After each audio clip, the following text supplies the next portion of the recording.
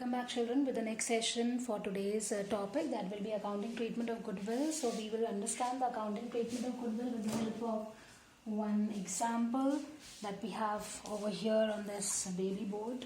We can have a look at this example. With this example, you'll be able to understand the entire condition of accounting treatment of goodwill at the time of admission. Okay, so here we go with it.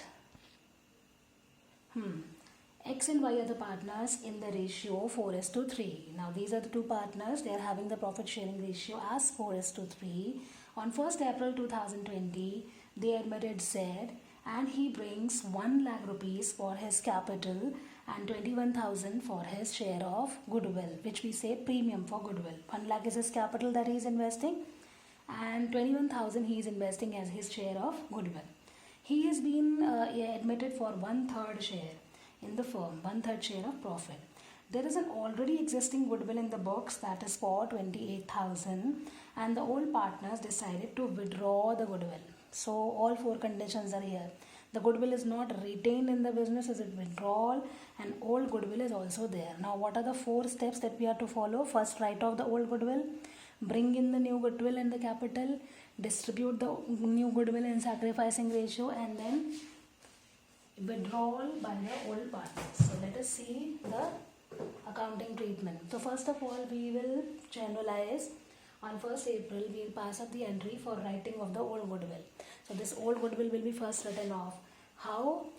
X capital account debited, Y's capital account debited to goodwill, not premium. This is goodwill. Premium will be what the new partner brings in cash. These two partners are the old partners and their old ratio was 4:3. So whatever old goodwill was there, 28,000, will be distributed among these two partners in old ratio. That is called the writing of old goodwill. So first old goodwill will be written off. Now the second step, the new partners capital and premium will be introduced in the business. It can be either in the form of cash or through bank or the check. So we will generalize cash account debited or bank account debited to premium for goodwill, for the premium that he is bringing in for 21,000, and he is also bringing his capital. So Z's capital is also there for 1 lakh. So what shall be the journal? Cash account debited to premium for goodwill and to Z's capital. All in all, 1,21,000, 21,000 for premium and 1 lakh for his capital. I am not writing the narration over here. It will consume my entire board. The question will not be finished. So being premium for goodwill and capital brought in cash. Okay. Now the third transaction. This premium for goodwill which the new partner has brought in has to be distributed amongst the old partners in order to compensate them. In which ratio? In the ratio in which they have sacrificed. In this question, the old ratio will be the sacrificing ratio because there is no change in between. That is a trick. If in any question we have the old ratio and only the new partner's share is given, the old ratio is assumed to be the sacrificing ratio. So we will pass a journal entry, premium for goodwill account debited to X capital account to Y's capital account, and his share, that is only his share, that is 21,000, will be distributed amongst X and Y in their sacrificing ratio, which in this question by coincidence is similar to the old ratio. Then it comes down as 12,000 and 9,000. Moving on to the last transaction, that the goodwill is not retained in the business, the goodwill has to be withdrawn. Which goodwill? The new partner's share of goodwill.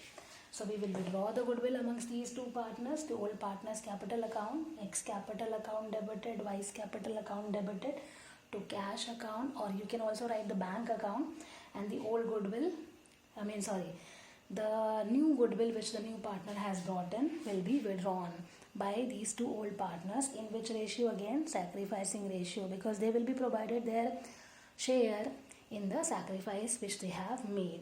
There can be possibility that they do not want to withdraw the entire goodwill. They can withdraw half of the goodwill, or they can withdraw even 1/4 of the goodwill. So that depends upon the question what is given.